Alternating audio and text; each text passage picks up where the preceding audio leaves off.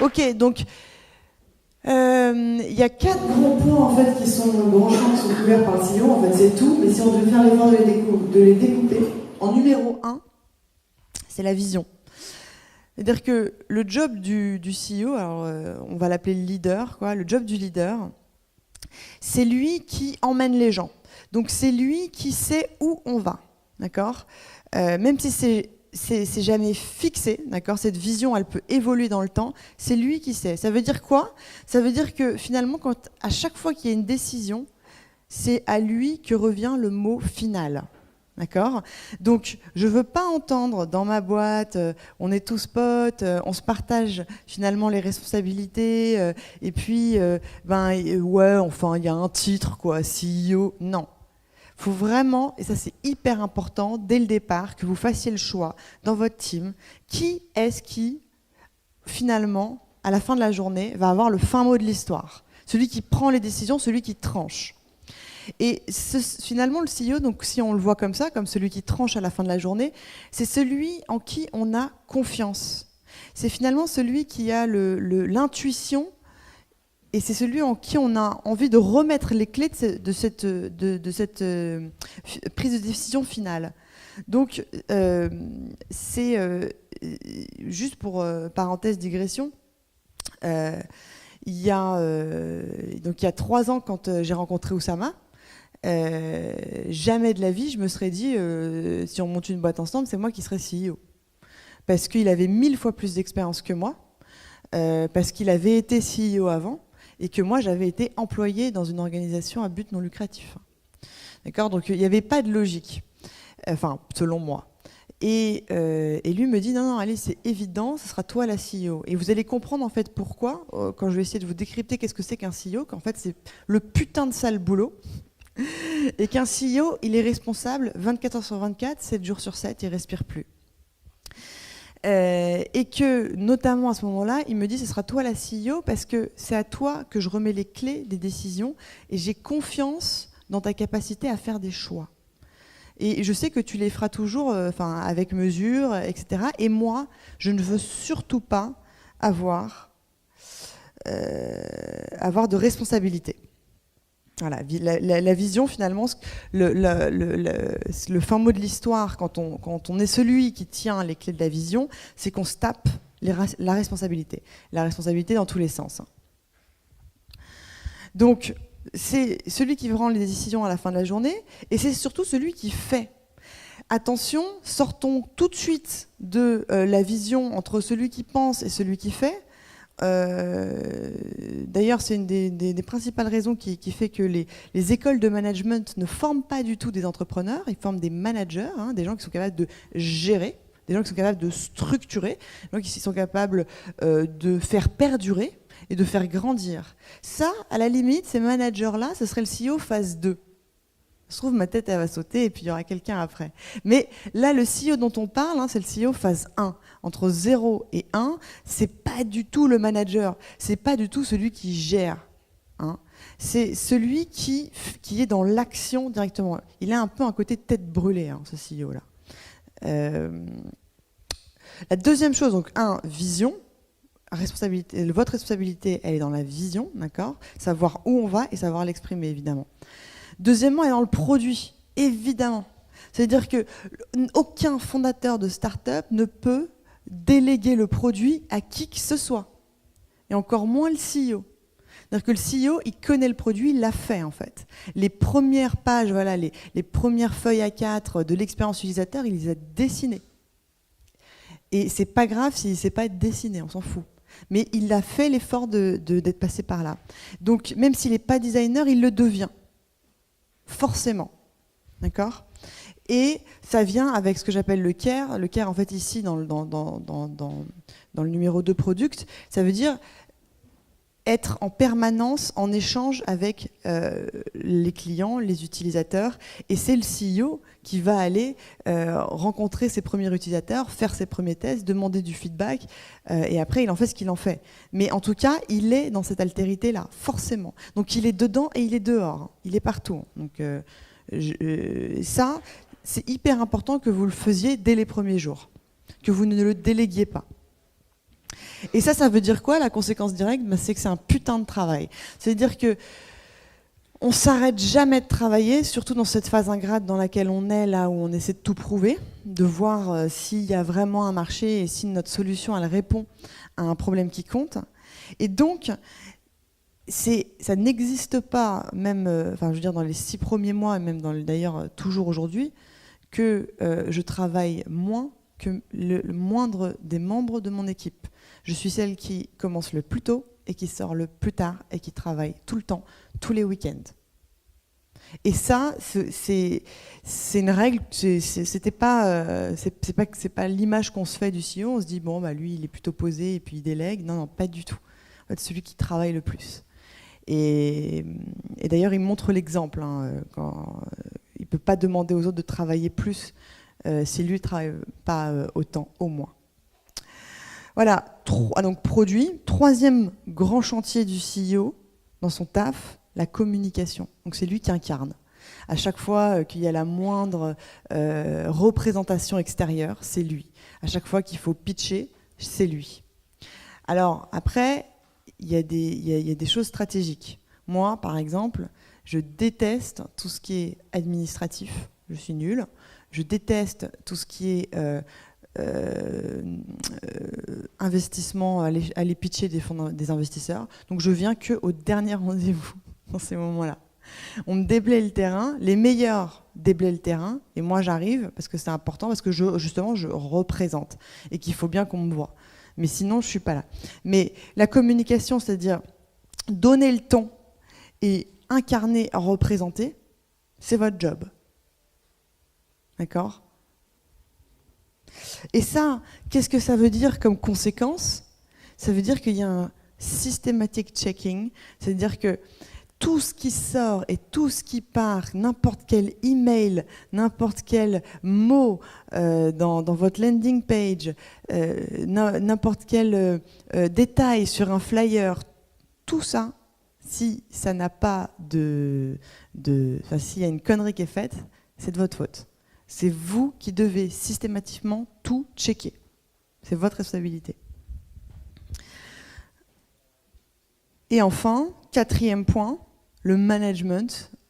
Alors, le management au sens, là c'est pas le bon mot, mais j'avais que ça en tête, et puis c'est une catégorie que vous pouvez bien vous représenter, mais le management, ça veut dire en fait, c'est le capitaine d'équipe, quoi. C'est le chef de la troupe, et c'est votre job de savoir qui rentre dans votre équipe, de les choisir et de les éduquer. C'est vous qui passez la culture. C'est-à-dire que cette culture, il faut faire l'effort de la formaliser. Et c'est quoi l'impact ça direct de ça? C'est que ça demande d'avoir en permanence une énergie et le souci de la cohésion du groupe. L'énergie qu'on balance à son équipe, dans la phase de 0 à 1, il n'y a que ça qui compte, parce qu'on n'a rien d'autre. D'accord ? Donc, il suffit que vous ne soyez pas là 2 jours pour que l'énergie, elle soit plus là. C'est l'horreur. C'est là que vous ressentez que tout repose sur vos épaules. Si vous n'êtes pas là pour balancer de la joie, pour balancer de l'espoir et pour faire que tout le monde y aille ensemble dans la même direction, il ne se passe rien. Ok, donc là, vous avez les grandes phases.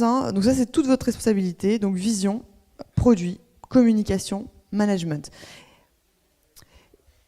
Alors, donc tout ça pour dire quoi? Pour dire qu'il y a deux CEO. Il y a le CEO dans cette phase-là, la phase dans laquelle on est nous, tous, dans laquelle vous êtes.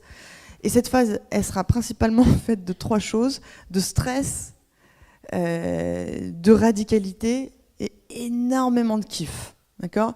Donc c'est une phase qui est absolument ingrate, qui est entière, qui est totale, c'est une phase sacrificielle, on espère ne pas trop rester longtemps non plus dans cette phase-là. Il faut trouver son putain de market fit, il faut scaler ensuite. D'accord ? Mais cette phase-là, elle demande un engagement absolu. Il n'y a rien d'autre qui compte que la boîte que vous êtes en train de faire. Donc forcément, on se dit les choses sans se mentir. Il y a énormément de stress, d'accord ?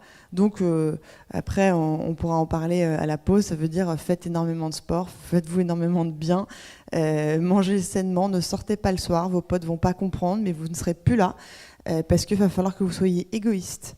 D'accord ? Vous ne pourrez jamais faire tout en même temps. Vous ne pouvez pas être à la fois la fille parfaite pour ses parents, la fille parfaite pour son mec, la fille parfaite pour ses enfants, et en même temps l'entrepreneur.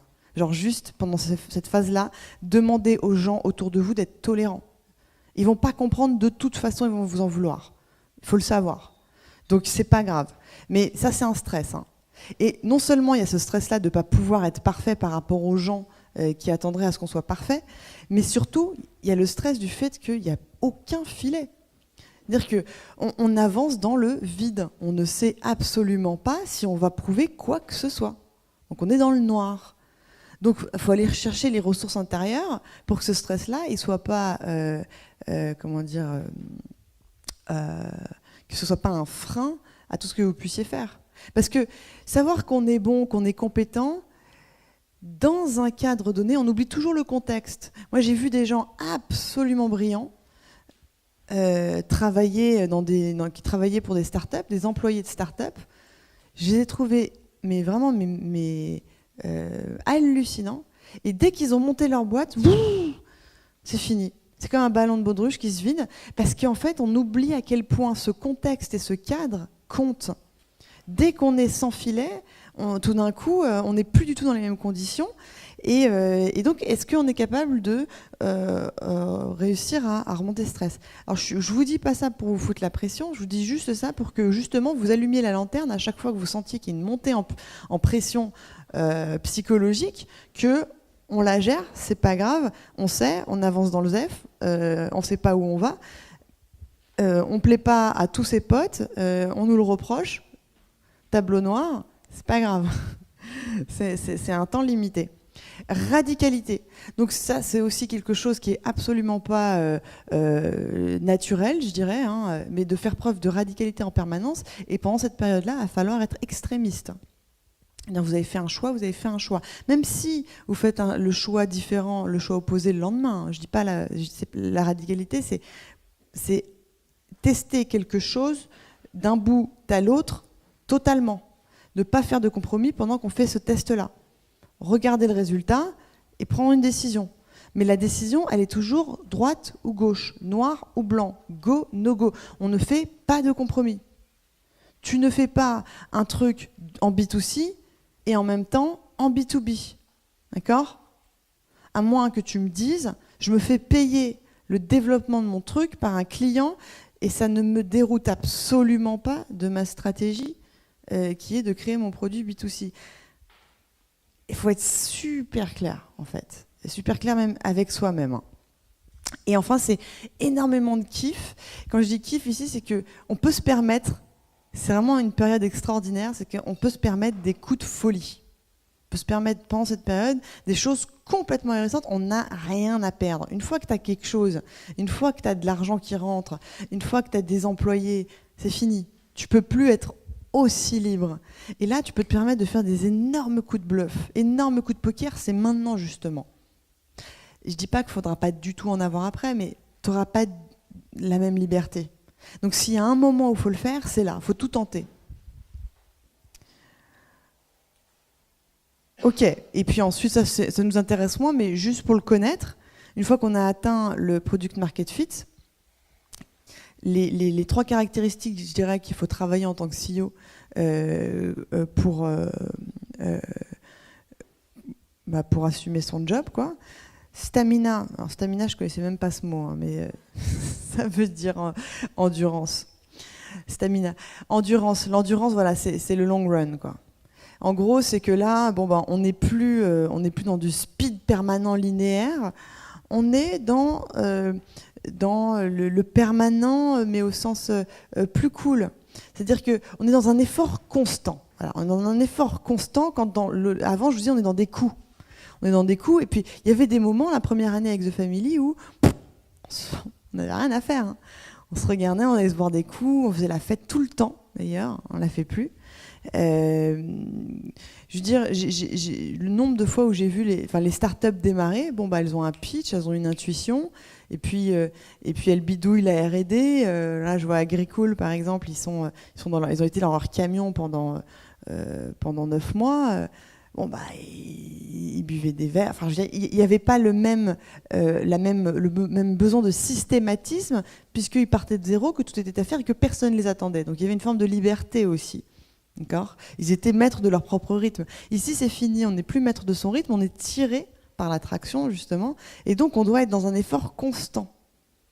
Et je dirais en vérité que la question du bien-être et de faire gaffe et de faire du sport et de manger sainement et d'arrêter le gluten et tous ces trucs-là, on a commencé à réfléchir comme ça à partir du moment où il y avait 100 startups dans The Family. Avant, on était en mode tête brûlée. Donc consistency, bon, bah, c'est logique, c'est la consistance. Alors c'est la consistance ici, la consistance au sens de on ne fait jamais les choses gratuitement. On les fait en référence à quelque chose qui a été fait. On établit un lien. Là, je pense beaucoup à la communication, à la marque, mais aussi au discours, à l'incarnation. Et on a structuré une identité, on a structuré un discours, une stratégie, un service. Il faut que chaque action qui soit faite fasse référence à ce qui a été fait. On n'est plus dans la liberté totale. Il y a quelque chose qui a été mis en place. Et enfin, c'est le process. Alors là, ça y est, on se met sérieusement à ne plus pouvoir. On commence à être une plus grosse équipe. Je vois par exemple que ce soit Save ou que ce soit qu'est-ce que j'ai vu se scaler d'un coup. Enfin, en parlant de notre exemple à nous, on est passé de 3 à 5 à 10 à 30. Et en fait, 30, c'est le moment où ça commence à être plus possible. Donc 30, tu es obligé de processer. Tu ne peux plus voir tout le monde en one-to-one meetings, salut, ça va, raconte-moi, et être absorbé comme ça toute la communication. Donc il faut processer, donc il faut des outils. Il faut que l'information soit en permanence fluide. Donc on est passé sur Slack, on a arrêté les emails. Ça nous a sauvé la vie. Hein. Honnêtement, je pense qu'on ne serait pas là si on n'avait pas eu ce putain d'outil, quoi. Donc le soir, si je veux review par thématique les choses et que j'ai pas eu le temps de voir les gens, je me fais les rooms sur Slack. Et processer, ça veut dire donc fluidifier la communication, donc trouver des outils. Là, typiquement, je pourrais vous montrer. On a processé, donc une des activités de Family qui est importante, c'est les événements. Et pour ça, on utilise Trello. On vous l'a déjà montré, Trello. Hein. Vous connaissez ? Voilà, Magic Event. Alors déjà, ça c'est important, mais Welcome to the Family. N'importe qui rentre dans the Family, se tape de la lecture. Voilà les outils qu'on utilise. Voilà comment ça se passe. C'est quoi un team meeting à the Family ? Il y en a quand ? C'est quoi un open event ? C'est quoi les diners mensuels ? La philosophie, il faut que tu tapes le mémorandum. Il fait plusieurs centaines de pages. C'est qui les gens, tu vas les voir pour leur parler de quoi, et puis il faut que tu connaisses un peu les histoires, l'historique, il est en cours, hein, ce truc il n'est pas fini. Et alors ça c'est celui que j'ai fait, et en gros ici c'est donc sur une activité, il y a plein de gens qui travaillent ensemble, l'activité événementielle avec l'éducation, event, éducation, c'est pareil pour nous, hein. Et en gros, dès que qui que ce soit doit faire un événement à The Family, il a l'affiche ici. Alors si qui que ce soit doit organiser un pitch on Kill My Vibe, je lui explique ce que c'est. Il n'a même pas à réfléchir. C'est quoi les images qu'il doit mettre en fond ? Elles y sont. Il est au courant jusqu'à qu'est-ce qu'il y a dans le panier de bouffe, parce que c'est spécial. Il sait la musique qu'il faut mettre. Il a la playlist. Il sait combien il y a de chaises et s'il y a des bouteilles d'eau dessus et s'il y a des petits stylos, des conneries. Ensuite, je lui écris tous les emails un à un pour sa communication en amont et en aval. Et enfin, je lui donne jusqu'à la description de la vidéo quand il la publiera sur le lien YouTube. D'accord ? Donc en fait, il a même plus à réfléchir. Parce que moi, j'en pouvais plus de regarder et de voir des mails qui me rendaient dingue, qui étaient juste pas le ton de The Family. Sauf qu'à un moment, t'as tellement mal, tu te dis, attends, qu'est-ce que je peux faire là ? Je peux pas passer partout, sinon tu passes ta vie à tout relire. À un moment, tu fais. Tu refais, et donc c'est un temps un peu chiant. Mais ça, c'est... Honnêtement, je pense que ça, on n'en aurait pas été capable si on n'avait pas d'abord validé que typiquement, Pigeon Kill My Vibe était un événement intéressant, quoi, et qu'il allait ramener du monde, et que c'était nécessaire pour les gens. Donc processer, ça veut dire aller chercher les outils et commencer à systématiser, parce que en fait, c'est scaler les gens, quoi, scaler tout ce qu'on s'est dit avant, en fait. Ok, donc là, je vais vous donner des petites règles. Je ne sais même pas s'il y en a 10, si je crois qu'il y en a 10. Donc, get shit done. D'abord, il y a une règle ici, et d'ailleurs qui est appliquée dans toutes nos startups, qui est hyper efficace. C'est que vous ne faites rien et vous ne prenez aucune décision qui n'ait pas un impact dans la semaine. C'est-à-dire que votre vision du monde et votre vision de la vie, tout d'un coup, c'est de la semaine à la semaine.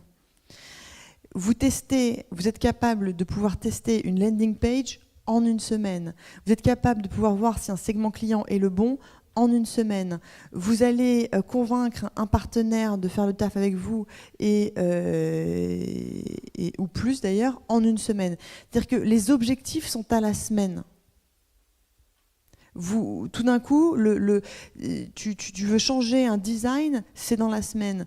Tu veux recruter un nouveau mec, ça ne sert à rien à notre stade d'aller faire appel à qui que ce soit, des cabinets de recrutement ou quoi que ce soit. De toute façon, on va se tromper.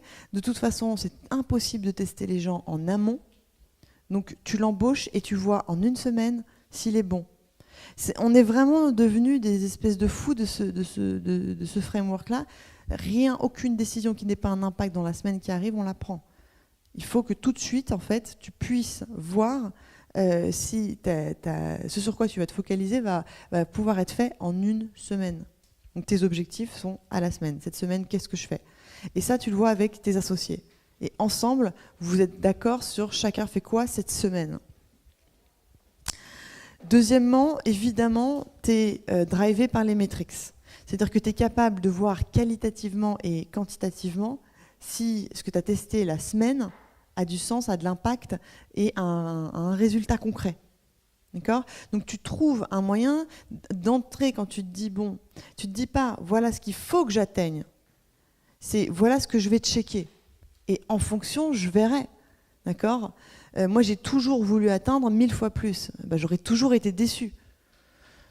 Donc en fait, je ne me fixe pas d'objectif en tant que tel. Je me dis, voilà ce que je veux tester cette semaine. Voilà du coup ce sur quoi ça va avoir un impact. Je vais checker, je vais analyser, je vais voir si c'est bon ou si c'est pas bon.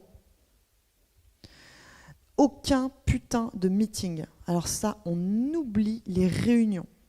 Ça, c'est un tue la start-up. C'est-à-dire qu'on se réunit pour faire un brainstorming, pour finalement faire une to-do list que personne ne fera. On ne fait pas de meeting dans une start-up quand on est de 0 à 1. On fait des meetings avec l'extérieur. On va évidemment faire des déjeuners, rencontrer des gens. Ok, aucun problème. Mais d'ailleurs là-dessus, si j'étais vous, je m'organiserais vachement. Ça dépend évidemment de votre start-up et de ce que vous devez faire par rapport à l'extérieur. Mais je pensais par exemple à, comment il s'appelle, Pierre Valade qui me disait « Je prends jamais de meeting. Jamais. Extérieur. Aucun. » Alors, c'est une façon de voir les choses. Je pense qu'il faut régler des plages horaires. Tu ne peux pas en faire tout le temps. Il y a une façon d'organiser sa journée. Après, on pourra en parler si vous voulez, mais en tout cas, cette règle-là, elle est hyper importante. Pas de meeting. Ça veut dire qu'on ne s'assoit pas pour brainstormer. Par contre, hyper important, il y a des temps collectifs avec l'équipe. Hein. Que vous soyez 2 associés ou que vous soyez déjà 5 avec un stagiaire et machin, il faut par semaine un temps collectif. C'est hyper important. À The Family, c'est le stand-up. Stand-up. On fait ça le mercredi matin à 9h30.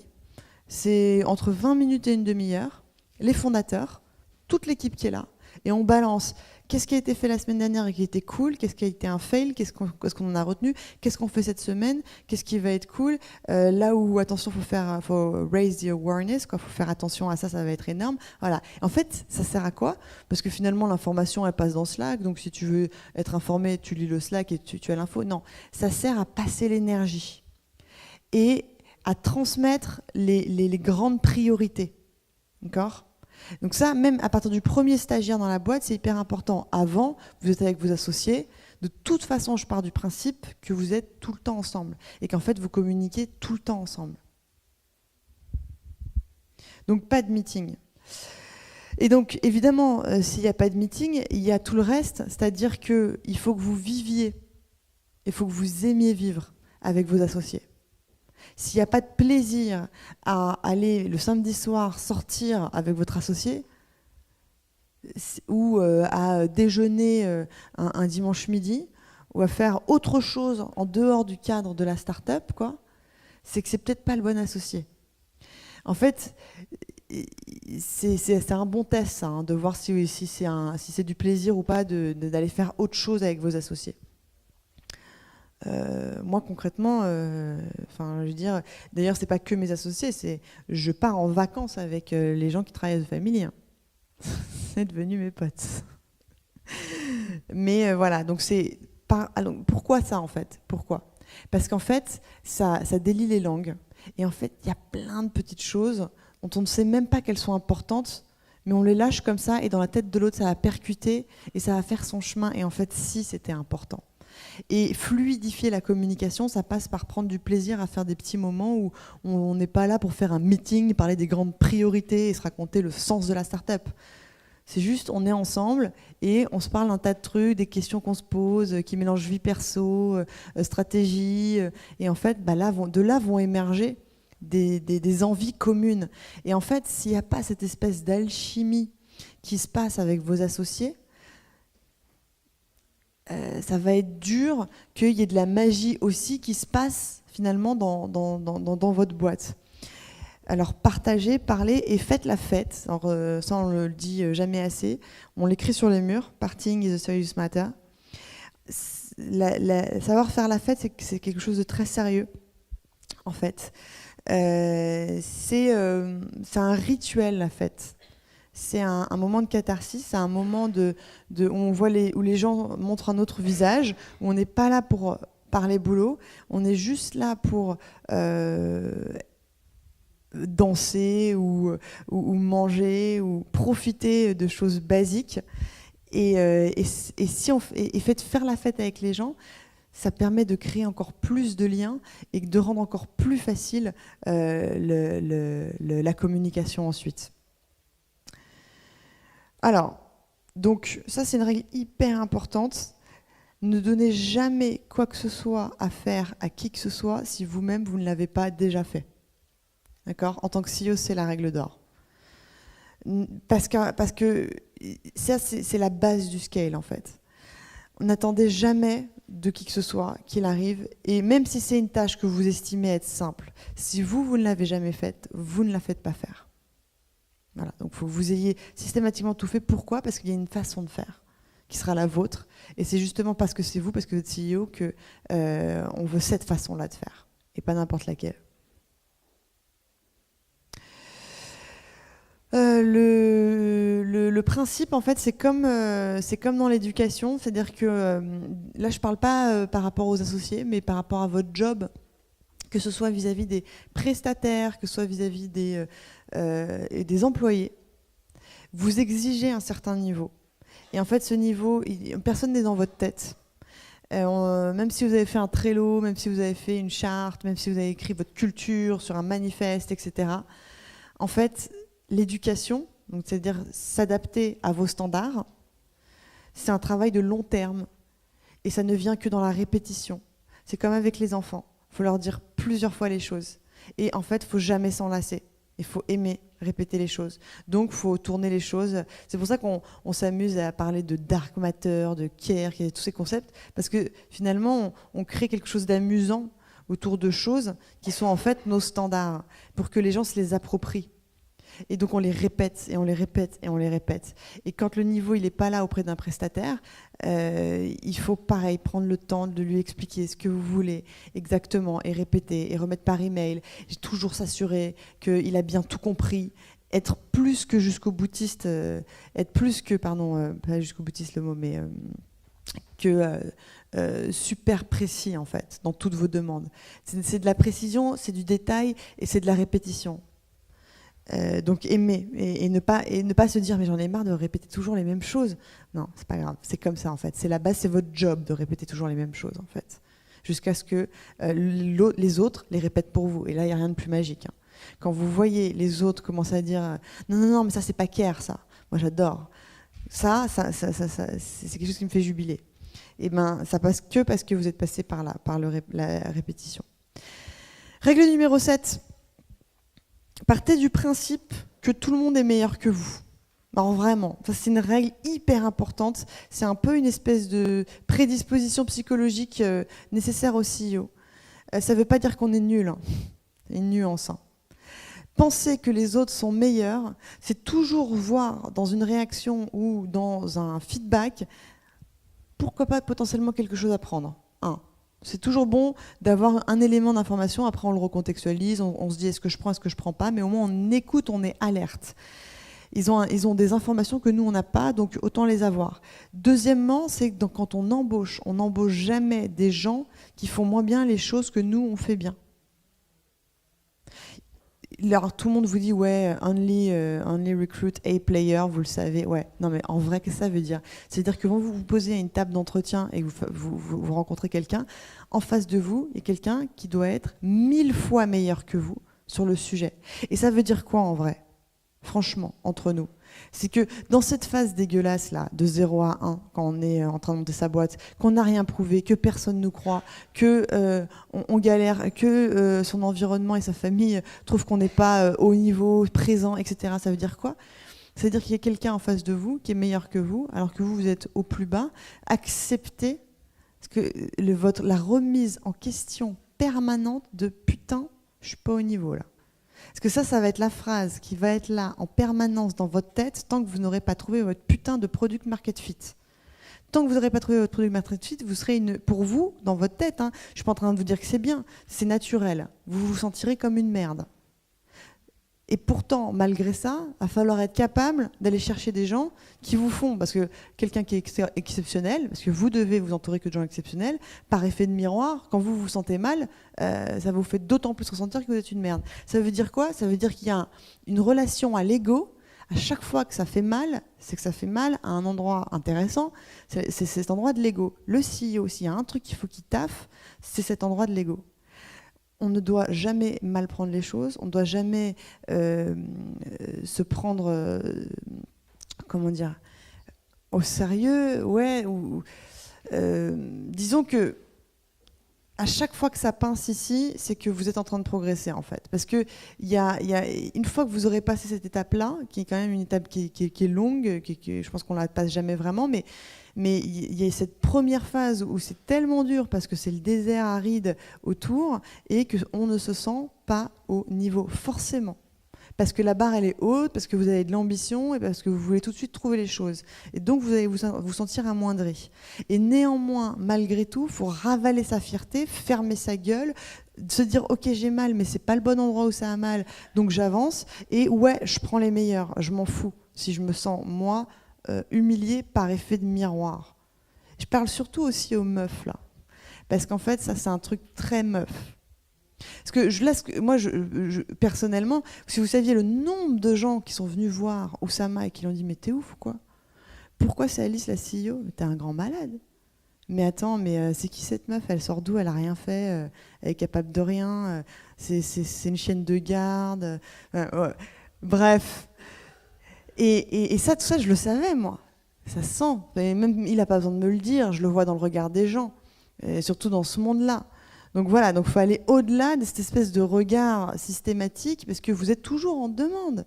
Vous avez tout à prouver, vous n'avez rien. Et ce que les autres vous renvoient, c'est hardcore. Mais malgré ça, donc acceptez-le, ils sont tous meilleurs que nous, c'est pas un problème, et on s'entoure des meilleurs de toute façon. Donc always go all in, règle numéro 8, hyper important. Ça, c'est le moment où finalement vous avez donc cette première phase, vous avez beaucoup de chance.